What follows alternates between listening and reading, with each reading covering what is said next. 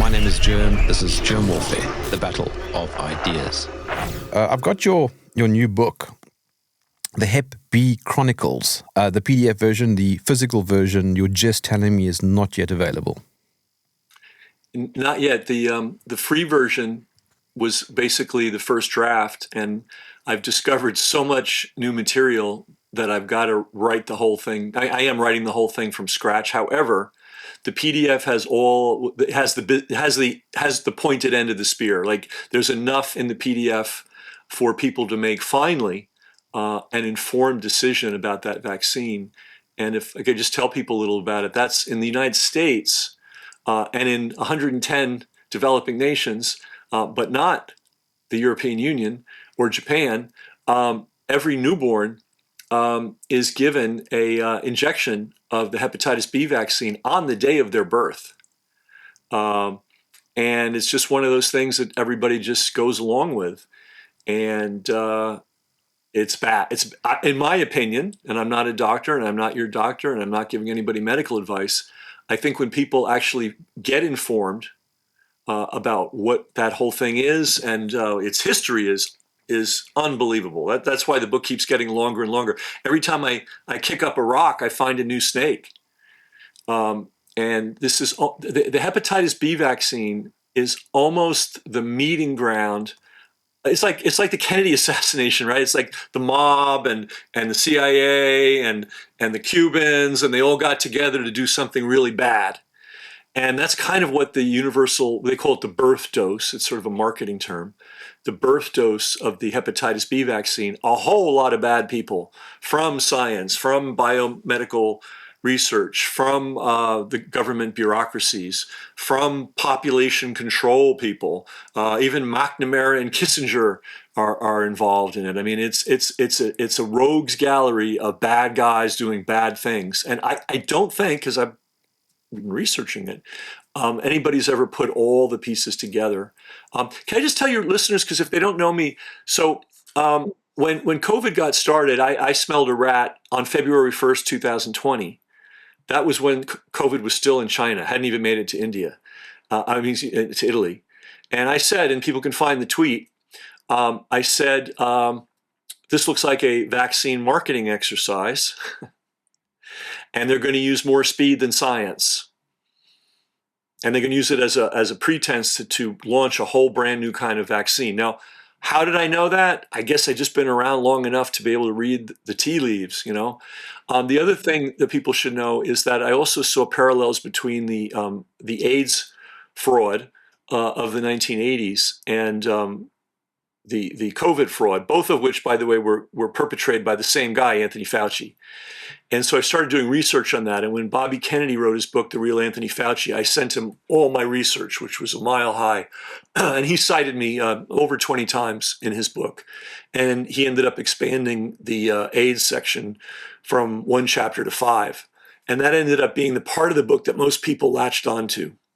They realized, oh boy, he's been at these biomedical frauds for a long time. So if people wonder, like, you know, who am I and you know, what's my track record? That's my track record. You know, I don't have a PhD. I'm not an MD. I'm not a journalist. I'm not a government official. I'm also not a used car.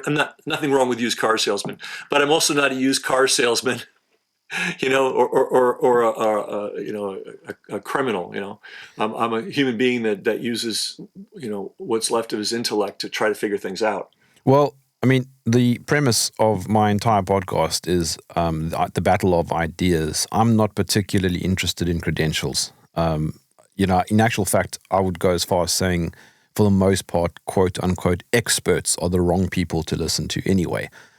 Yeah, I always counsel people, if something's really important, best do your own research, because yeah, as you point out, the people who are in the expert positions, there are some genuine experts, you know, but generally they're embedded in a system which they are 100%, at least in their minds, they're 100% dependent on for their survival. It's how they make their living. It's how they get paid.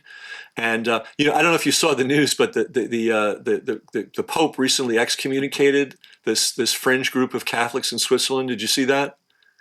Oh, it's interesting. It's a really tiny group. It's like 10 guys, you know? And it struck me as I'm watching this news item, this is exactly how the medical world works. Like, you're not allowed to have another, even if you're a doctor with an MD, a PhD, a tenured professor at Stanford, et cetera, et cetera, et cetera, even with all the credentials in the world.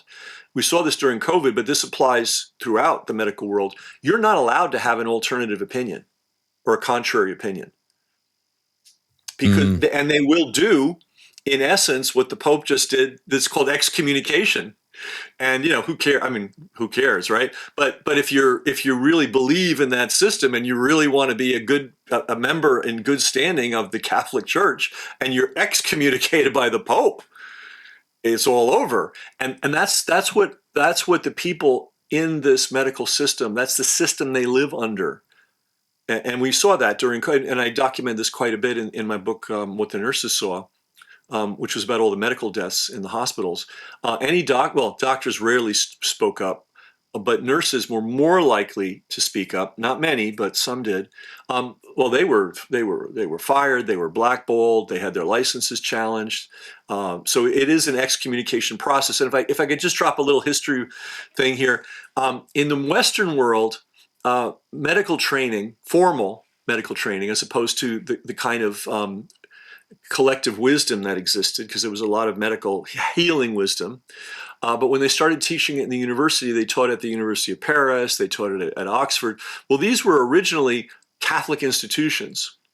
And one of them taught theology only, the other one taught law only, and they were designed expressly not to expand knowledge, but to create a clerical class, so that there would be people who could manage the vast, Catholic bureaucracy, because, a lot of money was changing hands and a lot of power going on. You need people in the trenches to do the work.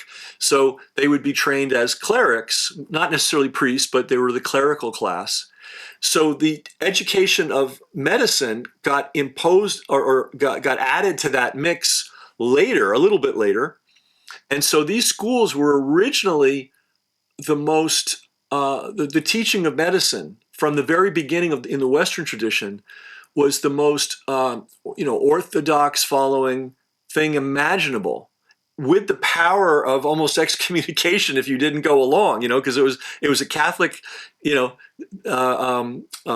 institution running the show. Like, they weren't into diversity of opinion or looking at it from different angles. And what people were doing originally, for many hundreds of years until about the 1600s, they were following basically the work of a guy named Galen, who was a very intelligent fellow, and he compiled this vast amount of wisdom, of knowledge and information about medicine from the ancient world, way back, well in excess of 1,000 years ago. But that book, his material was gospel. So here's the point. Until relatively recently in Western medicine, going to, quote, medical school meant going to an authoritarian institution where you were taught to adhere to a very specific set of books that you had to adhere to. Like, your job was not to be a physician and a diagnostician and a guy with a brain. Your job was to know Galen and follow the Galen doctrine. And so we've kind of slipped back into that, So sort of a sidebar, but it kind of helps understand why we're in the mess we're in. And I just have to say this, and I said this before COVID, we live in a military, we do live in a military dictatorship too, but we live in a medical dictatorship. And it doesn't really affect you unless they're shutting the world down over some nonsense. Or you're trying to get help with a health problem and you're being given nothing but the consensus. And the consensus may be, hey, take these drugs, which, well, we kind of know they mess you up, but, they'll improve your lab results for a while. And then, well, when you fall apart, we have another set of drugs. I mean, you don't want to go that way. You want to get educated about how to help yourself. And I will say this. Oh, by the way, I have to. I just stream of consciousness. Vinay Prasad. He's a professor at the University of California in San Francisco. One of the good guys, and he's an oncologist. He's also an epidemiologist, and he was hired by the Kennedy administration, the HHS, to go in, and I forget what his job was, but he was going to try to reform things, and he couldn't cut it because it was so mad, and he left. But anyway, here's my point. This is a credible guy, embedded in the system, very knowledgeable, very intelligent, very courageous. He said you're more likely to get a good medical diagnosis from AI, ChatGPT or Claude, than you are to get it from a physician. Now, I have a long time, multi-decade kind of chronic thing that I live with. It's fine. And I've been to every specialist. I mean, it's like 40 years plus, man. And the only time I got real insight into what my situation was and what I can do about it has been from talking with Claude and ChatGPT. They give me the anatomical information I need. I mean, it's almost laughable how. But anyway, it's not just me saying it, it's this Vinay Prasad guy who is credentialed to the max. So anyway, all preamble. Hepatitis B is allegedly a disease of the liver, inflammation of the liver, and it's attributed to a virus called hepatitis B, which is, if I remember correctly, a DNA virus. And transmission is supposedly through like sex or blood or here's the one, mother to baby during birth. The funny thing is they've never shown that. You're exactly right there, by the way. And when they were doing many dozens of years of gruesome hepatitis transmission experiments where they would deliberately infect people with hepatitis, it turned out to be really hard. Even when you take the blood of somebody who you say has a raging case of hepatitis and inject it into somebody, it's not 100% sure that person's going to contract hepatitis C. So, and this is very similar to the COVID and the AIDS situation. So virus mania, we'll call it, doctors would diagnose you by observation and by symptoms, And if you lost all your appetite, if you were very nauseated, if you had jaundice, yellowing of the eyes and the skin, they'd say, you know what, you might have hepatitis, And by the way, the treatment for hepatitis was bed rest, gentle foods, and the body, the liver is a regenerating organ. It's unique in that regard. And the military actually had a whole procedure. I think it was 2 weeks in bed, 2 weeks, and mildly ambulatory, and then 2 weeks of reconditioning, and then they put you back into service. They knew it worked. But now they give you a blood test, and if they detect something that it's not even a virus, because they've never visualized the virus. I've checked that 1,000 different ways. They've never seen this virus. They presume it. They presume it exists based on evidence, on what they call evidence. But if you have this protein in your blood, they say, oh, you've been exposed to the hepatitis B virus, and it's in your system, and now you are a hepatitis B case. You may have zero symptoms, none. Like you're walking around, you're eating huge meals, you're up all night, you're fine. You're playing soccer or football, you're all good. But with these blood tests, now they've suddenly created this class of patients, just as they did with COVID, right? Ooh, you tested positive for COVID, and you're like, I don't feel a thing, or I have a sniffle, And where it was very sinister was with AIDS. They would give people what they called the AIDS test, which was really an HIV test, but wasn't even an HIV test. They were looking for, again, one of these artifact particles in your blood. And if you had it, they would declare that you have AIDS. And in the early days, this was a psychological death sentence for people. I mean, I know of a guy, I was a student of his, I went to his classes, and he went home and blew his brains out when he got a HIV, because the way it had been presented was, and he might have lived his entire life without any problems at all. So that's a very important part of all this. Declaring a disease based on a marker in the blood with zero symptoms. And just by the way, the Perth group have been on this since the late 1980s, and they have argued, I think, pretty compellingly that CD4 count is, in essence, useless.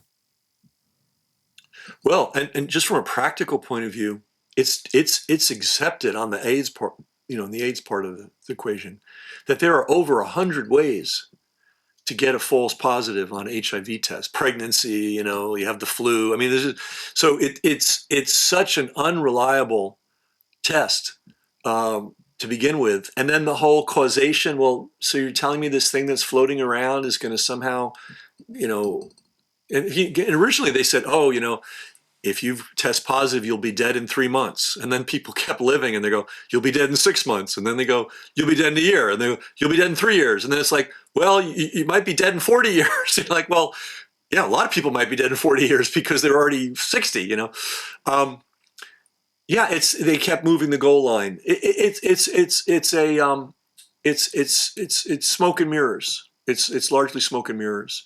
But what makes the hepatitis B thing so horrific is it is on the schedule to be administered to newborns, and even in countries that don't administer it to newborns, they do administer it to infants before they're 6 months.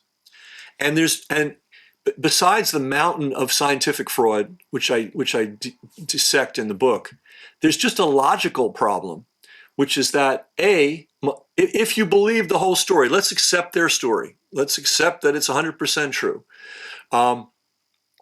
If you believe the story, a pregnant mother can be tested for hepatitis B, which, using their system. By the way, she should not do.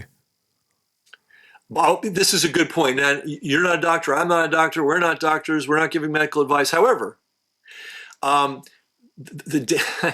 it's such. That's why I say it's a medical dictatorship.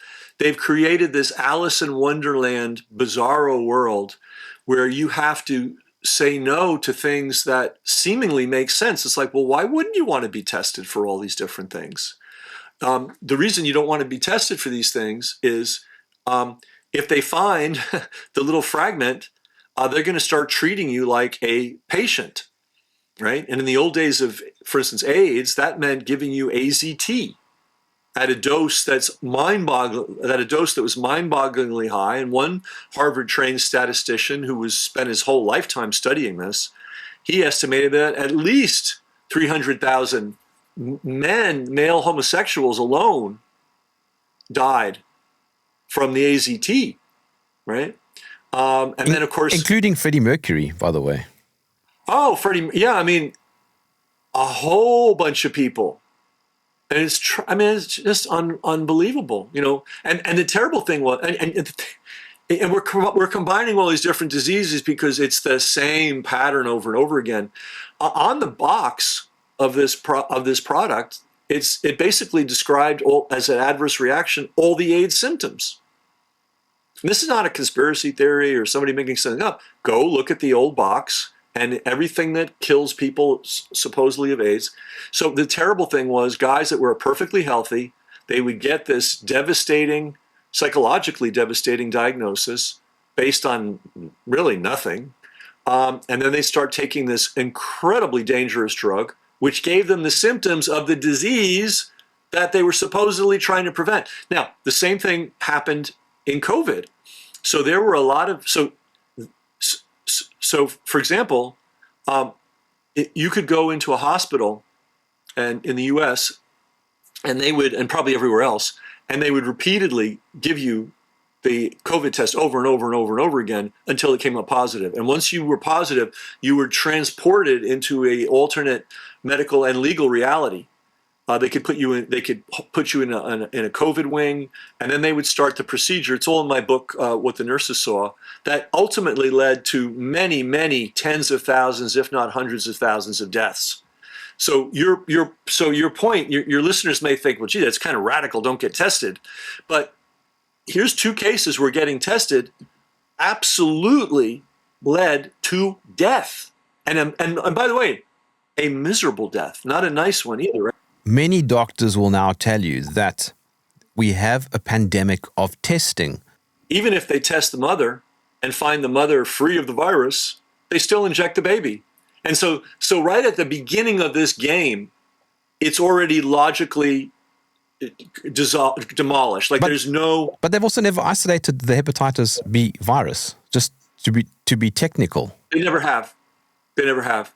And it requires a book to sort of untangle the whole thing. But I'll tell you this: some guy looked through an electron microscope of the blood plasma of somebody that had hepatitis and saw something floating around. Now, there are countless proteins floating around in anybody's blood. But for some reason, they decided to declare that this particular thing that this guy saw, and it was not a virus. You cannot see, no one has ever visualized a virus. By visualized, I mean actually seen, photographed, videotaped a virus. It's always by assumption. Well, we see this piece, so maybe it's always, I mean, they don't talk in maybes, but when you strip it all back, it's, well, maybe this piece is connected to a virus, and maybe this virus has the ability to go into cells and hijack them and take them over and do nefarious things. It's all maybe. But even knowing no science and not even getting into this in any way, the logic says, okay, you got to test the mother. She doesn't have it.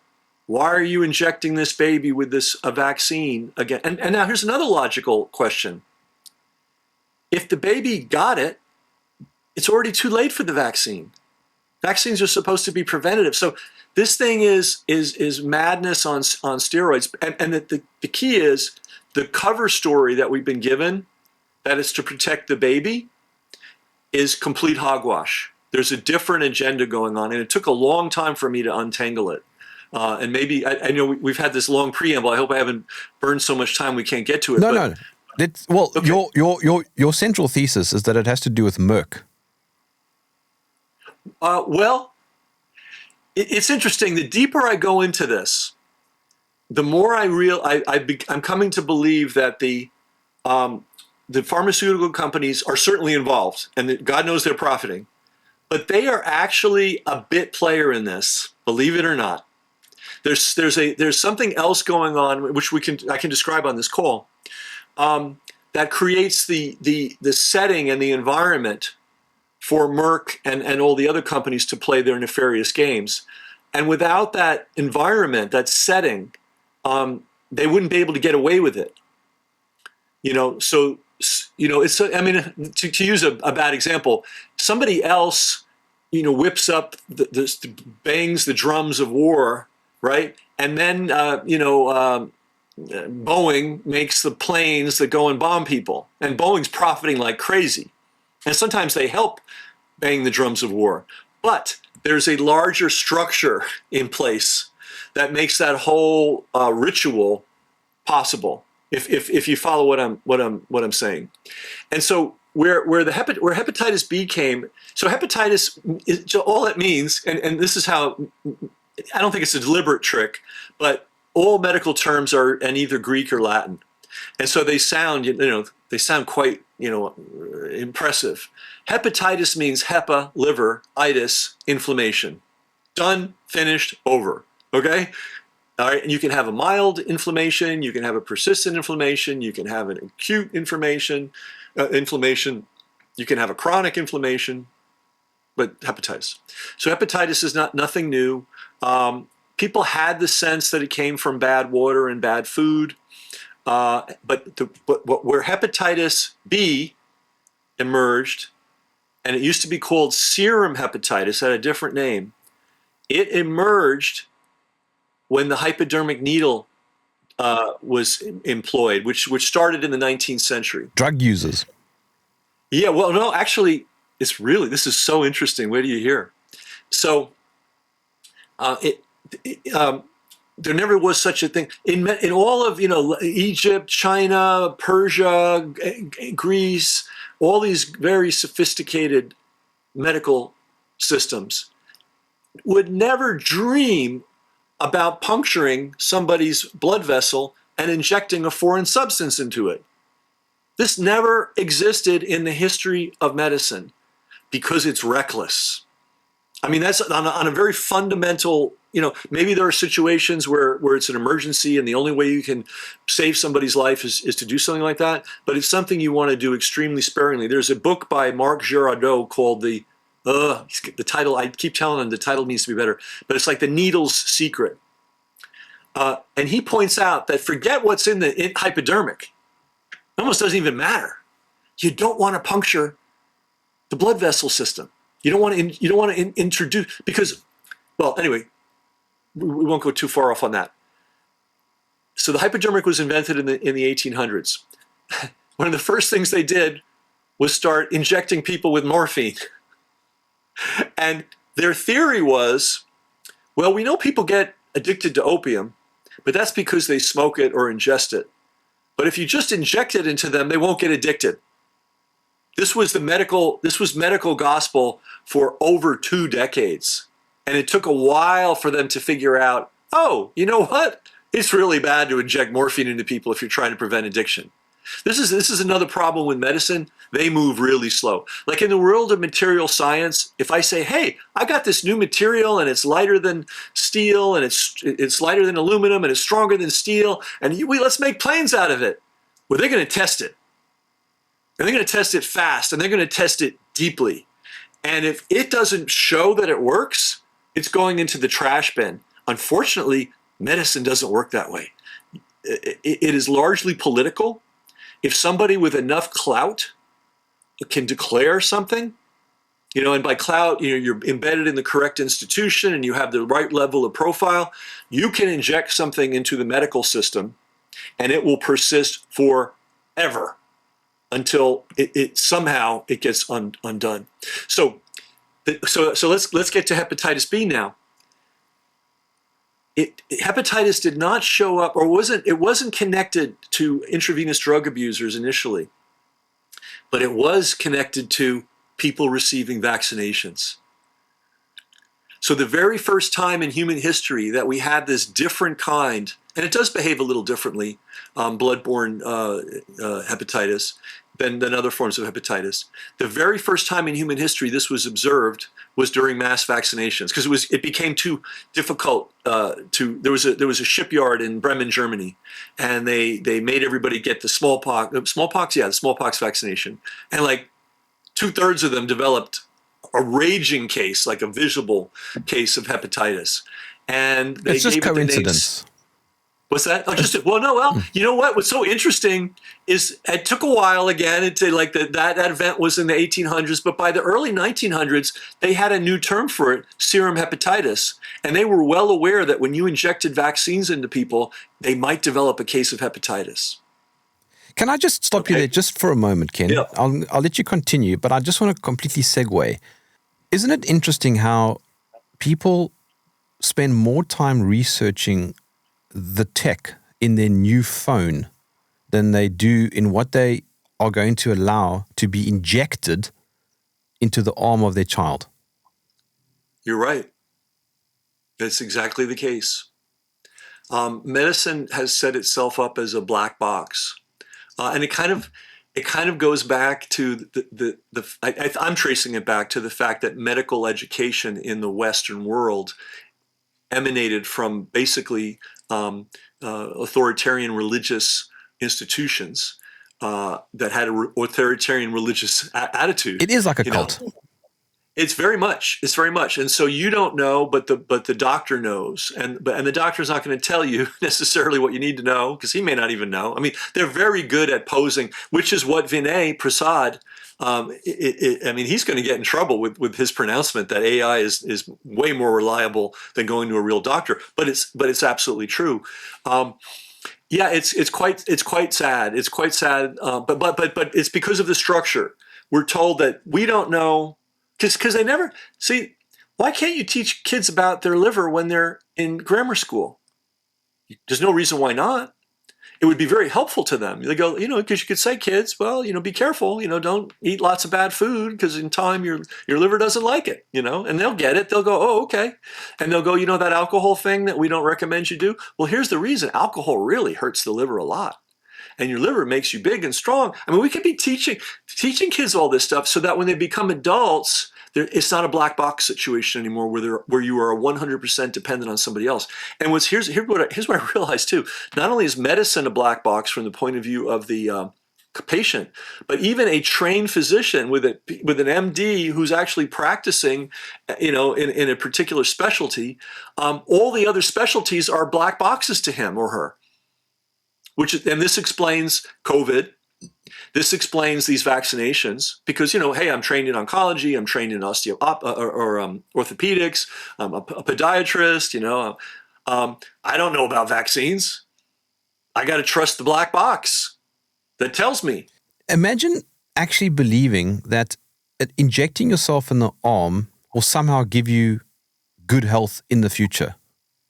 Yeah, and their theory is, we're going to give you a little bit of the disease, a safe amount. Your body's going to learn to recognize it, learn to build immunity to it. I mean, it's all a good theory, but the problem is the actual practice. And maybe I'll jump ahead to something here that's in the subtitle of the book. The subtitle of the book is a vaccine, a virus, and industrial-sized vats of genetically modified baker's yeast. So people, well, what's in the syringe? No one ever asks, what's in the syringe? Oh, it's a vaccine. Well, that's a little vague, Well, what's specifically in it? Well, they were originally making the vaccine from human blood, and they would basically go out and collect the blood of derelicts, because who sells blood? Drug addicts, derelicts, people on Skid Row, right? And then they would mix it all together and they would, distill it. It's hard. I mean, it's closer to voodoo than any kind of science. So they did that for a while, and then from a commercial point of view, they had a disaster. They discovered that blood. In the 1980s, they discovered, or they created the myth that the blood was coursing with HIV, it was coursing with hepatitis B, and oh my God, we've been making this this vaccine from blood that has HIV in it, right? This is what happened in the 1980s. So there was a quick pit. So Merck was in grave danger. They had just because they put a lot of money in, and they're hoping. It's like if you were to buy a house and hope you're going to collect rent for the next 40 years, and you buy a house and it burns down, you have no insurance. Well, so they did a pivot, and they acquired some technology, genetically modified organism technology, from a company called Chiron, and they learned to trick the baker's yeast into, instead of producing alcohol and carbon dioxide, I forget what the waste products are of baker's yeast, but I think that's what it is. They tricked it by genetic modification to create the antigen, what they call the antigen, for the hepatitis B, what they call the hepatitis B virus, right? So just so people understand, here's how they make this stuff. They take baker's yeast, they put it in these big vats, they then feed it with genetically modified corn, right, to provide the energy, and then they provide it with genetically modified soybeans to provide it with protein. Okay, now they've discovered glyphosate in all kinds of vaccines, And everybody's always mystified. Well, how did the glyphosate get in there? Well, the raw material was fed heavily glyphosated material, right? So you've got your yeast. It's produced all this waste product, basically, which turns out to be the antigen. Well, now you've got to squeeze out. One thing we do know, if you inject foreign protein into people's bodies, you will make them very sick, right? So they've got to, squeeze out separate the antigen from the protein of the yeast. They have to use chemicals for that. Dangerous chemicals to make that happen. They use, there's sedimentation, and then they put the chemicals in, and then they do all this kind of stuff. So if you look at the ingredients of the hepatitis B vaccine, protein fragments is listed as an ingredient because, as in any industrial process, even if you're refining gold, like you cannot get a 100% bar of gold. You can get a 99.99999% bar of gold, but there is no industrial process that yields perfect purity. So they're basically taking this yeast, which has been fed all this glyphosate, it's saturated material. They're using all these solvents and stuff to separate the antigen, right? And and they know they're not getting it all out because it's physically impossible. So that's all that stuff is getting injected into these newborns. So that's sort of what could possibly go wrong. Well, there is and I wish I could think of his name off the top of my head, but there was a scientist who won a Nobel Prize way back in the early part of the 20th century. And drawing a blank on what's the disease? What's anaphylaxis? Okay, so they acknowledge that you can have an anaphylactic reaction to a vaccine. That's on every single vaccine, right? And today it's very narrowly defined. But the guy that first discovered that had a much broader definition of it. And the way he came to discover this was he was testing immunity. And he believed the theory that if you give somebody just a little bit of something, they'll develop immunity to it. So when you give it to them the second time, they'll be able to throw it off. Well, he won a Nobel Prize for this, right? Now, this is not some random, fringe dude. He got the Nobel Prize because he demonstrated that, yeah, that might work in some cases, but what you can also do is set up a extreme reaction. So the body gets it the first time and the body goes, okay, no big deal. But when they get it the second time and the third time, now the body has a massive reaction to it. So this is, and by the way, this is like a fundamental of immunology. Like, no, this is not like, well, yeah, he got the Nobel Prize for it, but we've since learned that. No. This is foundational to medicine. This kind of reaction. So if you're injecting all kinds of things into kids, every time you inject something into them, you're raising the chances that there's going to be an anaphylactic reaction, which can be anything from mild, like they always present it as hives, your face swells up or something like that. Well, it can go up to and including death. So here's another, we've talked about the fact that, hey, you think the baby's going to get hepatitis B? Test the mother. If the mother doesn't have it, why are you injecting the baby? End of story, right? Then the next question is, hey, we know about an anaphylactic reaction. We know what's in the vial. We know how this stuff is manufactured. It's got protein, which we don't want in anybody's blood. It's got glyphosate, which we don't want in anybody's blood. It's got the remnants of all these solvents, which we don't want in anybody's blood. Let's not do that. Let's not do that. And the other thing, when is your liver least likely in your entire life able to deal with foreign substances? Okay, when you're in the womb, it's a different system. Your mom's handling everything and so on. Well, once you're out, now it's your liver that has to do the work, and it's undeveloped. And by the way, I don't want to complicate your life, but the K-shot's based on the study that infants are deficient in K. All infants. Well, correct. That's why my child and his brother won't Oh, they won't didn't have get it. it. Good. Oh, good. You because that one sounds like, oh, well, it's a vitamin. That sounds lovely. Well, the logic is so insane. All infants are deficient in K. That's the nature of humanity. We have managed to survive from caveman times, and now we're, flying to the moon. We don't need to bolster Why? infants' K Sorry, level. It's just, yeah, go ahead. my my audience, they're gonna push back on your flying to the moon comment. Oh, I got you. Yeah, I tell you, man, if we did it, 1968, and we can't do it again. I mean, yeah, well, we won't even go there. We won't even go there.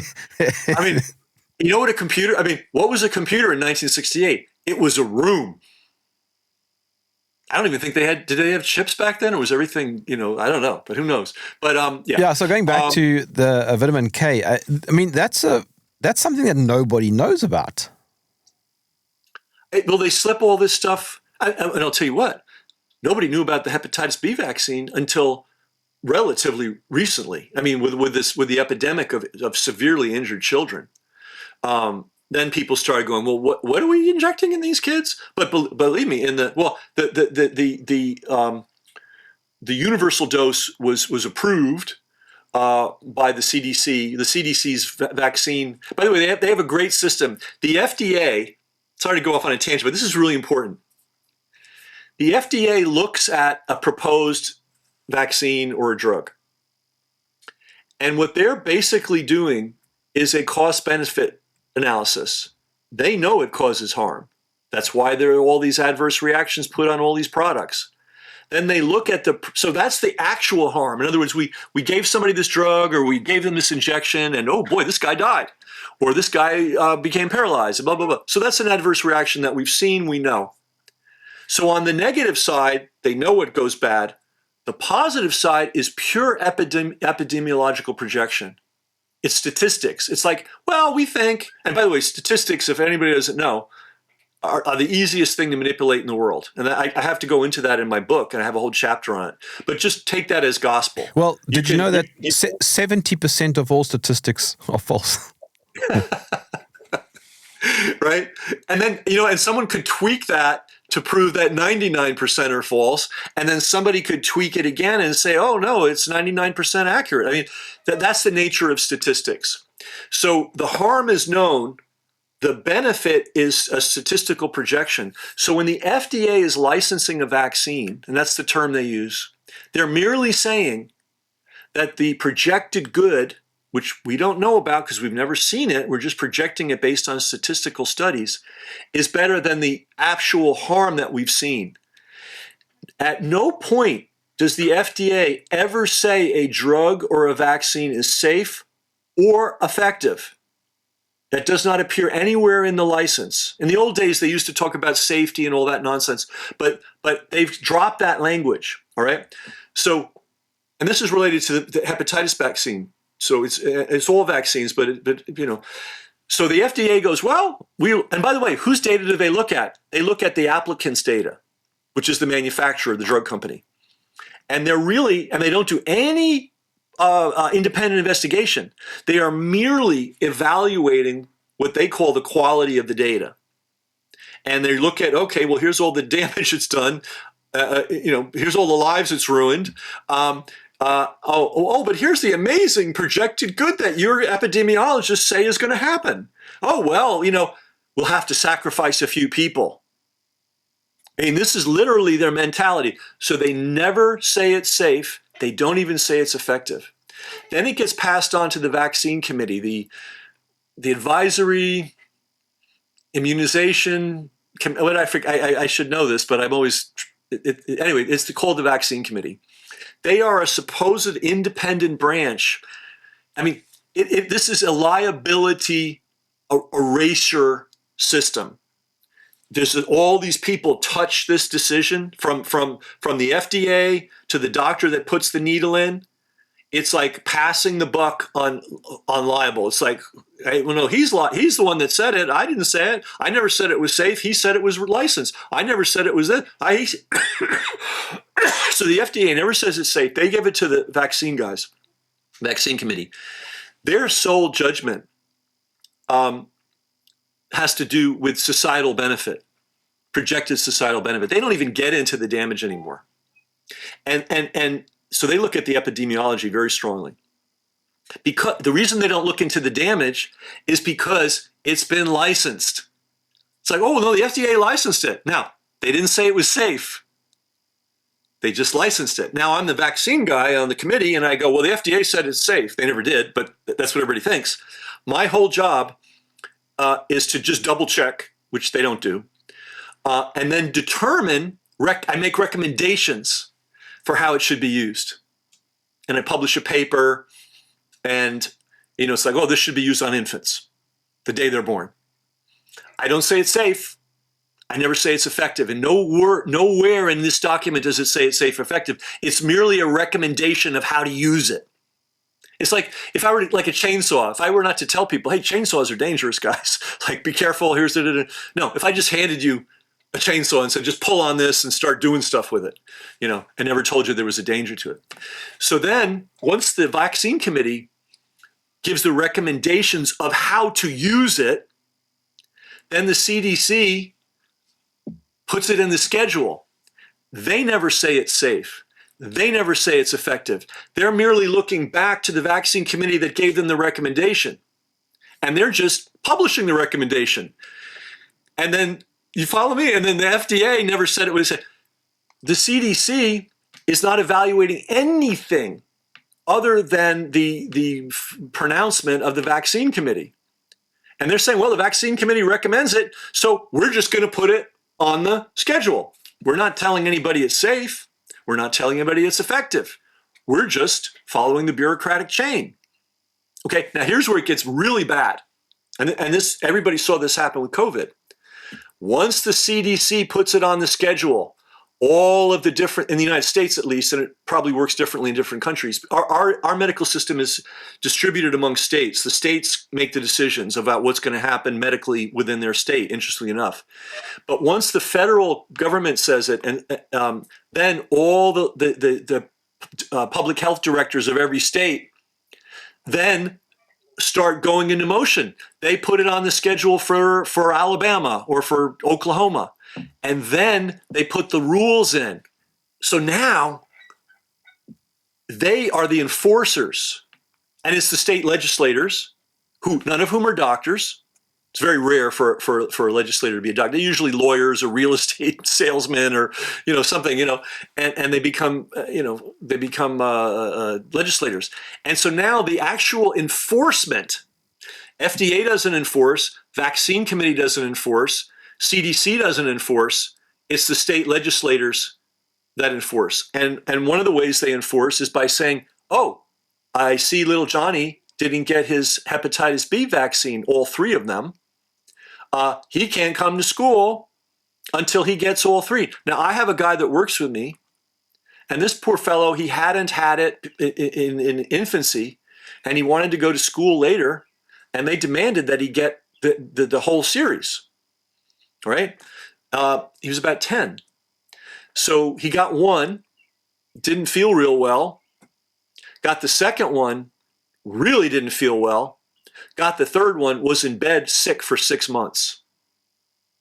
Right? This is the kind of consequences. So, and the point I want to make is that was not a doctor's decision. That was not a medical decision. That was a state legislator reading what the federal government told him. And the federal government, the CDC, they're just responding to a procedural recommendation from the vaccine committee. And the vaccine committee is just looking at the FDA. Well, the FDA said the good outweighs the bad. So when you hear safe and effective, that's an idiot. That's a doctor that doesn't know his business. That's a journalist that's full of shit, pardon my French. That's a state bureaucrat that's an idiot. At no point has anybody ever officially called anything that gets injected into these babies safe and effective. So just everybody needs to know that. So what I discovered, so as the history evolved, and give me a time check, because as you know, I'll talk till the end of time. World War II rolls. So we had this sense, ooh, when we inject vaccines into people, lots of times they get hepatitis. Well, we're going to call that serum hepatitis. World War II comes around, and you had some vaccination zealots working in the Pentagon, and they were, some guys were going to go to Europe, some guys were going to go to Asia. And originally the idea was, well, if they go to Asia, we need to give them the yellow fever vaccine based on their logic. But there was no, even within their logic, there was no reason to give anybody going to Europe a yellow fever vaccine, or if someone was staying stateside to do stateside stuff. But they decided there was this battle within the Pentagon, and one of the zealots won, and they decided, you know what, we're going to give the yellow fever vaccine to everybody. Yeah, woohoo! Well, the military only had about 100,000 dudes in it pre-World War II, and suddenly they geared up to have like millions of guys. So they didn't have a way to safely, even under their own ludicrous standards, manufacture this safely. But they tried.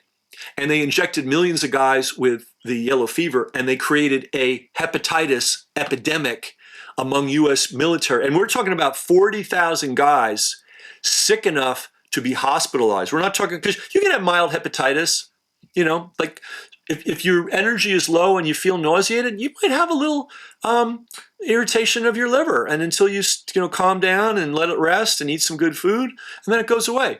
But these were hospitalized 40,000. And you got to think about this. This is the beginning of the war. Like, this happened in the first months of the war, and they put right out of the gate. They put over 40,000 servicemen in bed with an illness from what? A vaccine. At which point the military became obsessed with serum hepatitis, which later was named hepatitis B. Okay? And they started investing tons and tons and tons of money and research into trying to understand, well, what is the hepatitis you get from bad water, and what is the hepatitis you get from having your blood vessels punctured with an external, substance, and they are different. They do manifest a little bit differently. So what they did was, for decades, they ran these ghastly experiments in the United States where they would take people, usually people incarcerated, often they used conscientious objectors, people that did not want to participate in the violence of war but wanted to serve. People with developmental disabilities, and they would literally feed them basically the contaminates from fecal matter. They would mix it up, obviously, in order to try to induce hepatitis in somebody. And then in the other experiments they did, they would find someone with a raging case of hepatitis, pull out their blood, and inject it into a healthy person and see what happens. They did this for decades. They ended up at one point, and this was all military funded, by the way. And it was laundered. It went through the universities, and the university would get the money, and then they distributed it. And it's very easy to miss that the military funded it. And they created a legal immunity system. Everyone that was part of this, or their whatever that term is when you're responsible for another person, they all would have to sign off, and they basically say, hey, we're not responsible for, if anything happens, it ain't the military's fault. It's basically what they had to sign. And, the conscientious objectors were kind of tricked into it. They were said, hey, this is a way you can help your nation. Even the prisoners, because guys in jail, they're not all, heartless, horrible people. They've done, hopefully they're there for a reason. They're not there as innocent people, but they've done something wrong. And they want to participate too. I remember during the great floods we had in New York City, the inmates at Rikers worked overtime producing relief food they want to help. So they used that for relief food for the flood victims. So they use that to get the prisoners to go for this. But with the developmentally disabled people, they used whoever was running the facility, because they were the wards. Is that what you call it? A ward or you know what I'm saying? Like when you're responsible for another person, like a child, a child can't sign a contract, so you sign for the child. So when they were working with developmentally disabled people, they had whoever was their supervisor. I don't know. This eventually got so bad. And by the way, they would put these people through these experiments, make them sick, and then when they sort of got better, they'd put them back in the general population, never to receive any follow-up medical care whatsoever for the rest of their lives, right? The only benefit they would give is if you died, they'd pay for your coffin. That's very nice of them. Yeah, it's big of them. This got so bad, they did an experiment where they took yellow fever vaccine that they knew was contaminated, and they boiled it, thinking, well, maybe that will handle it. And they injected it into a bunch of prisoners, and they killed a ton of them.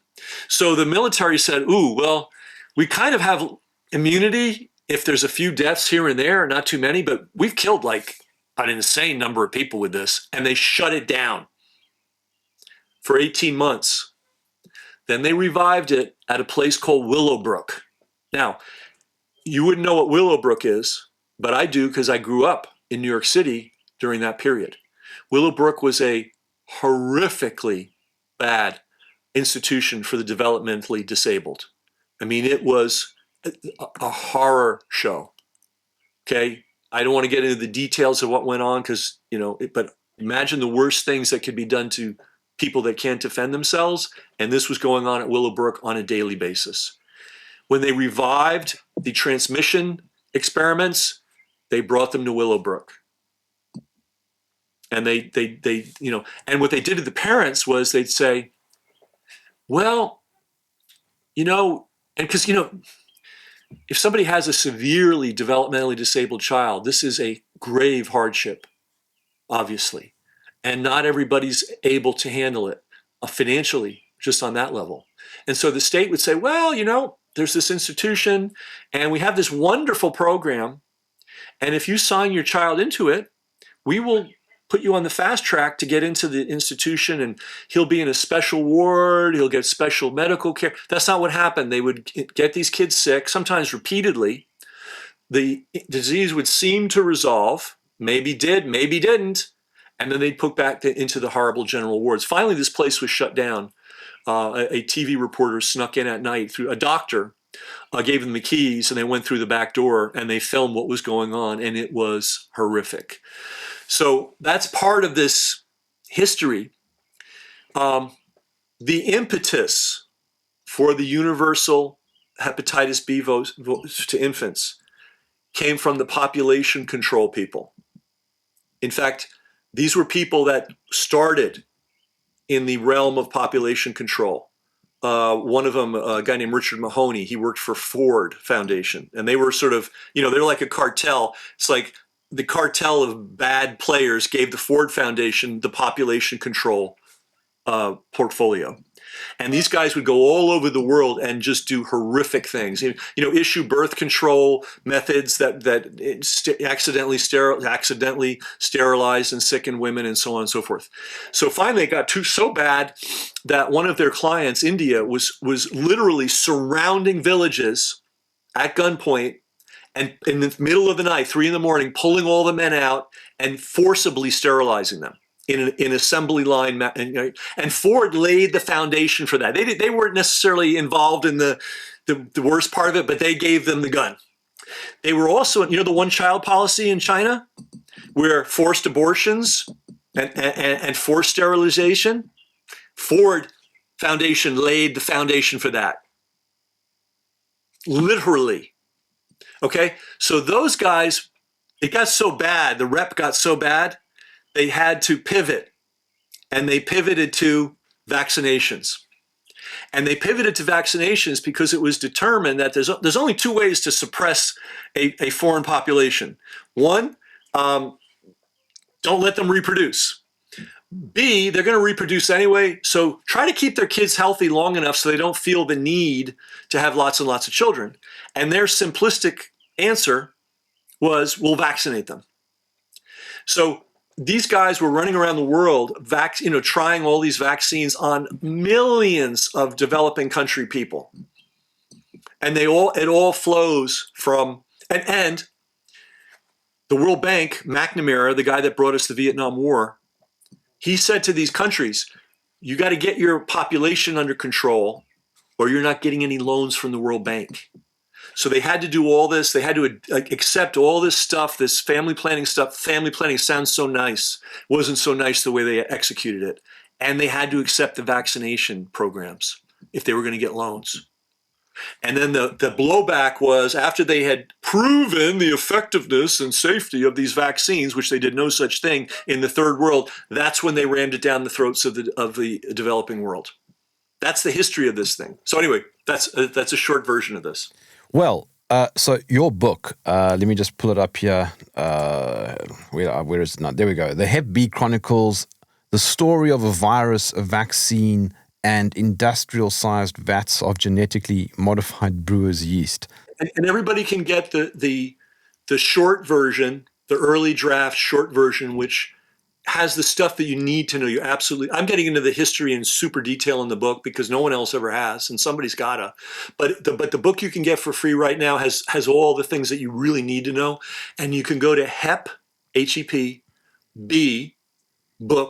book.com, hepbbook.com, and you can get a PDF and download it, and then you'll be on the notification list. So when the book comes out, you can get the full book. And I'm really hoping that we have a small army of people so that when this book comes out, we have a lot of people buying it, because this is the domino. This is the first, the domino effect. This is the first vaccine that everybody gets. In the United States, I don't know how it is in the rest of the world, but you are legally allowed to say no to it. And once people know what this vaccine is about, its history, its pedigree, its dangers, I think more people will be informed to make an informed decision. And that could be the beginning of a positive chain reaction pushing back on this whole system. So that's why I'm writing this book. All right. Well, yet again, Ken McCarthy, thank you for joining me in the trenches. Thanks for having me.